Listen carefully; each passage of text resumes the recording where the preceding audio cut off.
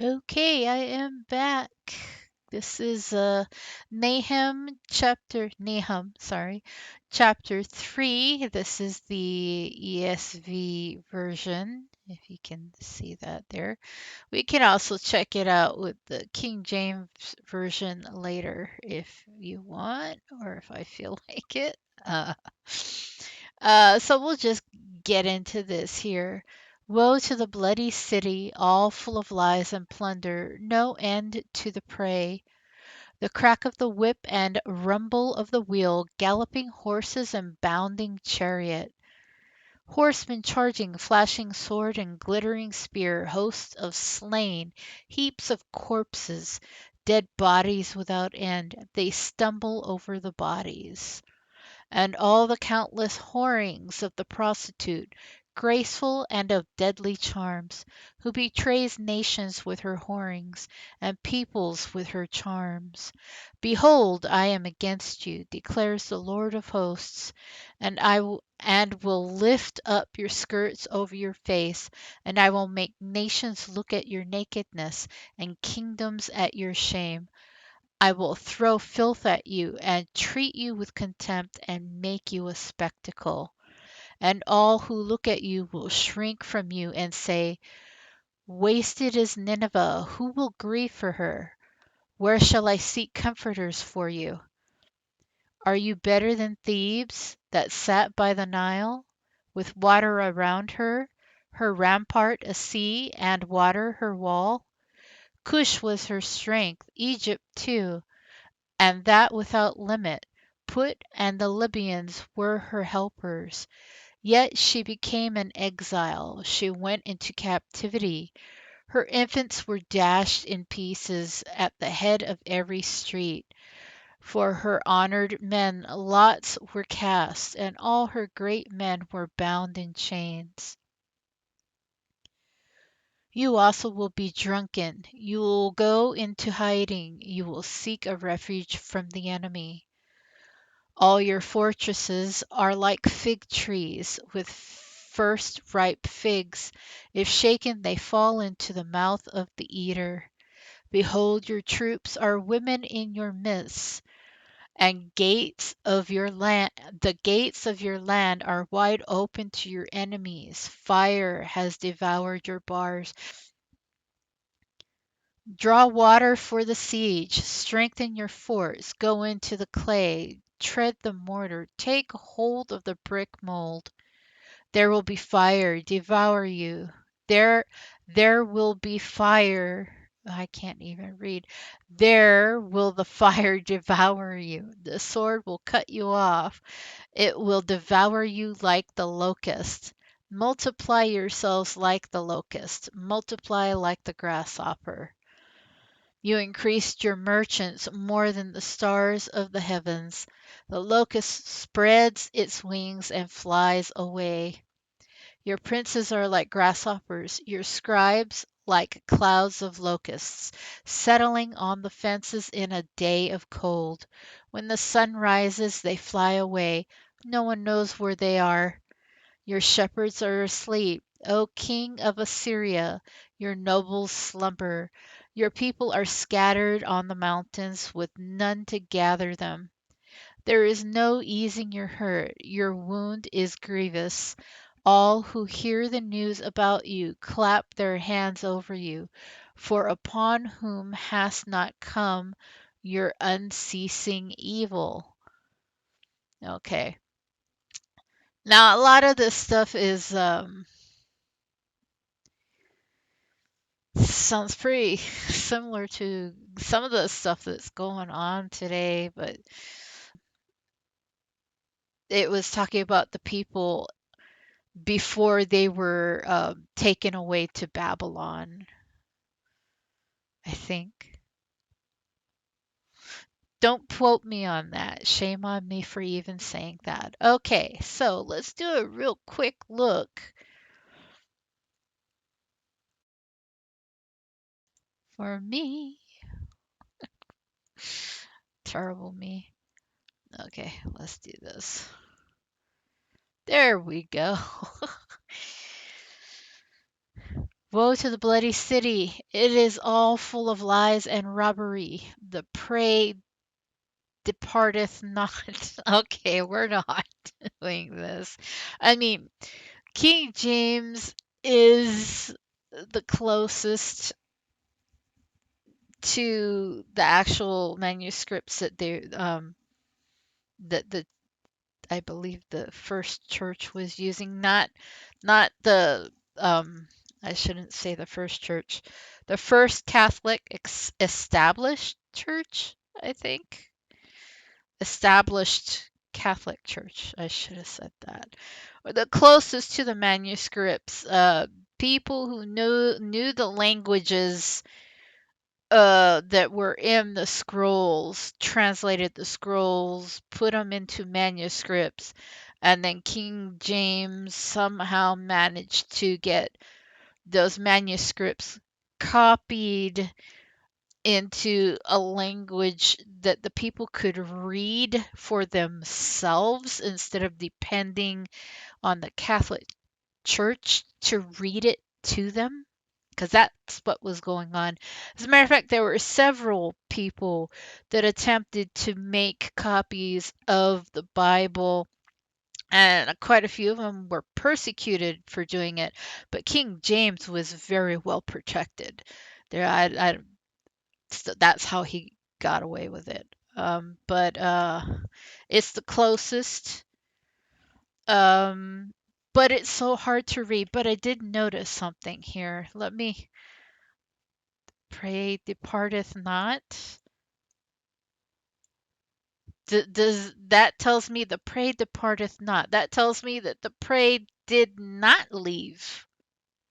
They did not go somewhere. So let me see something here real quick. La la la la la. I'm weird today.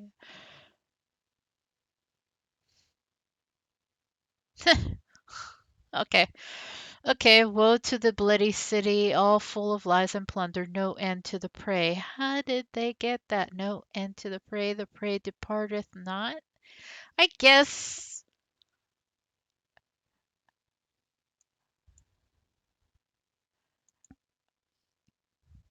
no end to the prey departeth not. Shouldn't they just say plenty of prey around?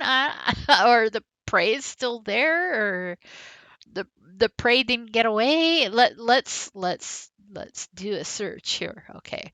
We're going to look at something.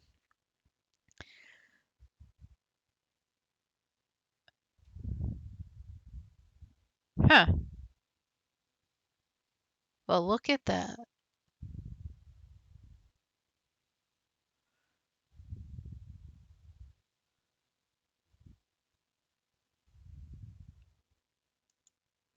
So,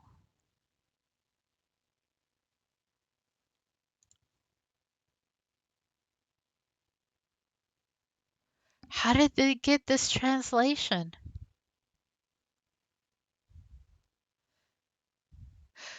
I can tell you how they got this translation. They got their translation from here. They didn't go directly to the scrolls to get their translations. They translated the King James version into the ESV. That's how they did it. So their interpretations of the old time language of the old English, I can see where they would get confused. Woe to the bloody city! It is all full of lies and robbery. The prey departeth not. How did they get ESV interpretation? Um, there's something in here missing as well. Look at that.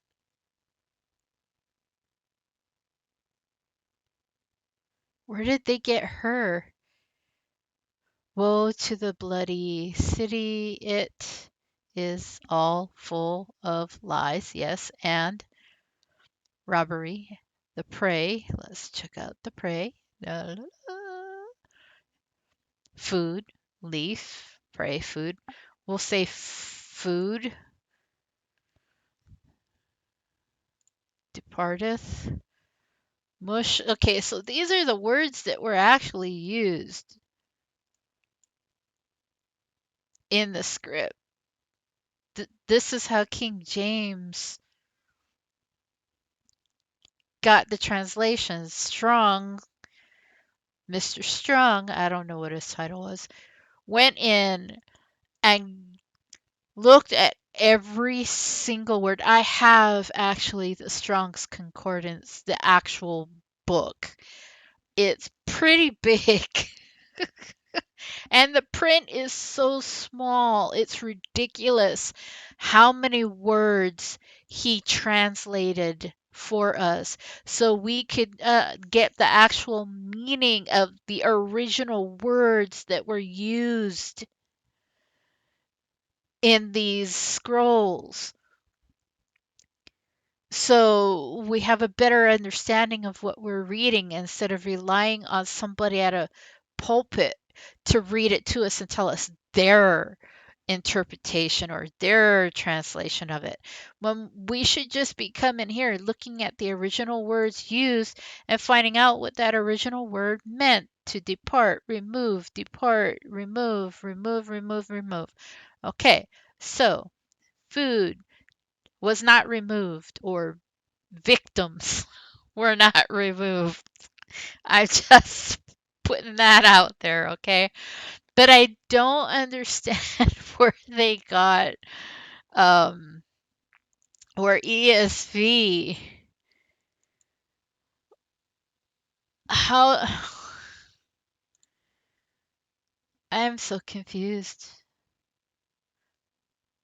Where did this come from?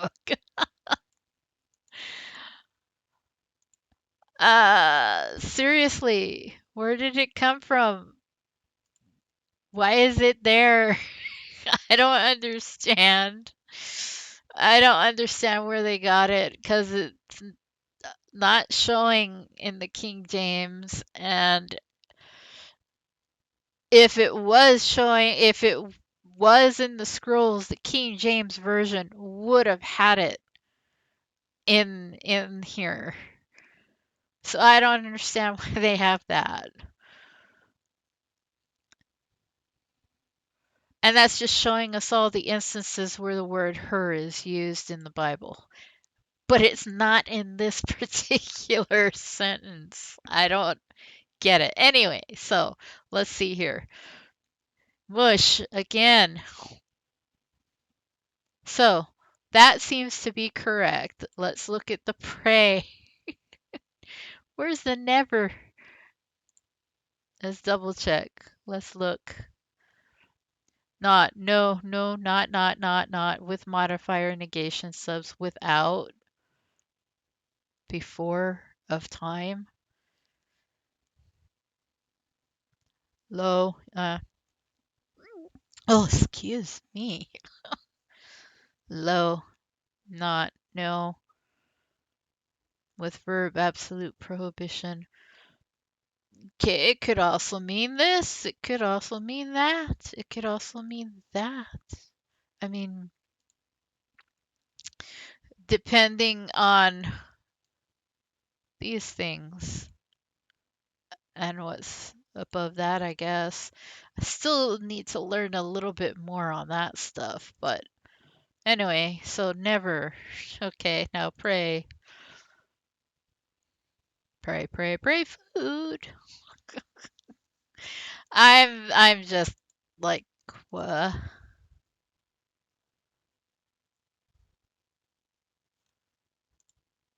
That's not even in there. Plunder. Where they get? Why didn't they just put pillage in there? Everybody knows what pillage means. Seriously.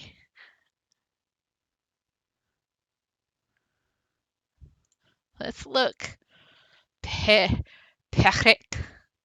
I think that's how you say it. Perek. Perek. Perek. I don't know. You're not supposed to roll the R, but that's the best I can do. Parting of ways. Breaking in upon plunder. Crossroad.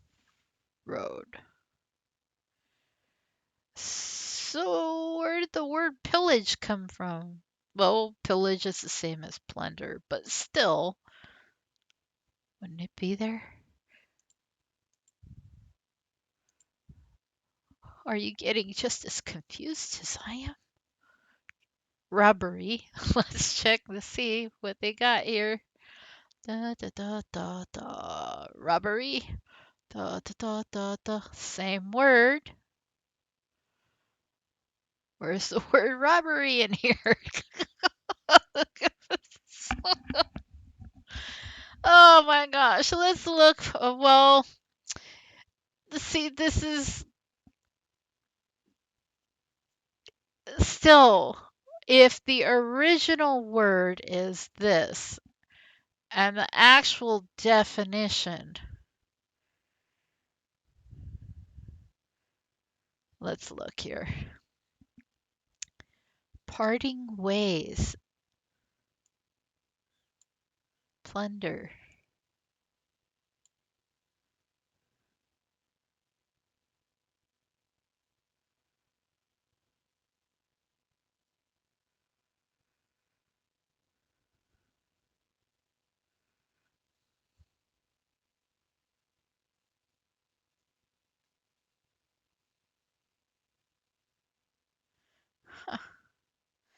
Okay, so what they did was they compared it to other words or other places, like maybe in other books or other documents where this word was used,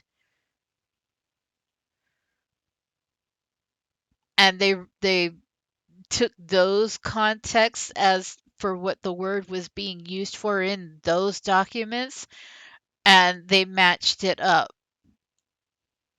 to plunder or robbery is what they did. The best word to describe. Parting ways is not plundering unless you're trying to say people are parting ways with their goods, maybe. But okay, robbery and plundering. Robbery is not the same as plundering, though. Plundering is when you're raided. People are just coming in, pillaging, plundering. They're coming into your town and just wreaking havoc and taking everything that you ever spent your life working for. Robbery is breaking into one place, maybe, taking what they can and running without getting caught. Plundering is totally different. They don't care because they're not. Who's going to stop them? Oh, isn't that what's going on right now, though? Who's going to stop them? I mean, that's going on right now, though. No, never mind about that. Okay.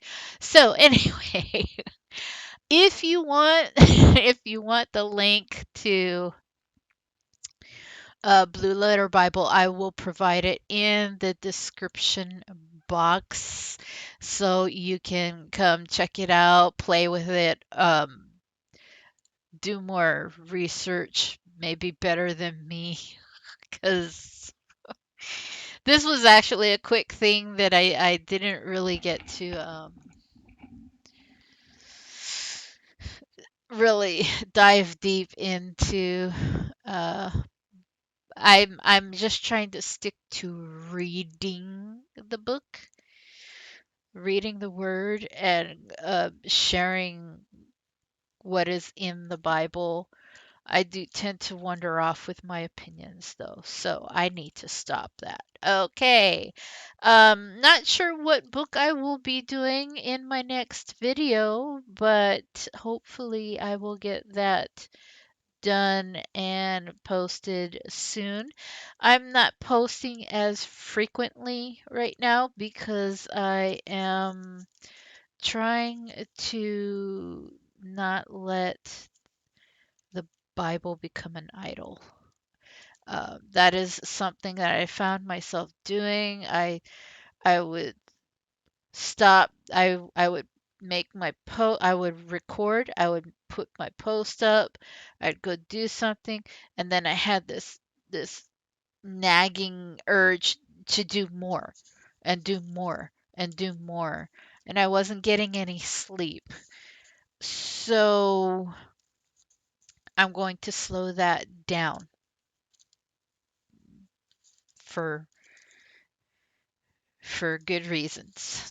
Um, this is about praising the Lord, and yes, we want to glorify Him. But if we are putting a book over actually spending time with Him, praying, just being in the moment, um, then you kind of taking away the whole purpose of um, the gospel. The gospel is good news, and just sticking to the Bible and doing nothing else at all uh, in regards to praising the Lord and spending time with Him, that then you're turning you're turning it into a chore, into work, and it becomes an idol. So, with that being said, I am going to end this video. If I was wrong in any way, may the Lord correct me. May He bless you all. May He answer your prayers. And just remember, you may be praying for something and asking for something, and you're seeing no results. Now, either you need to be patient and be more observant because his answer can be right in front of you and you're not even realizing it, or he's not giving it to you because he knows that is not what you need. It's as simple as that.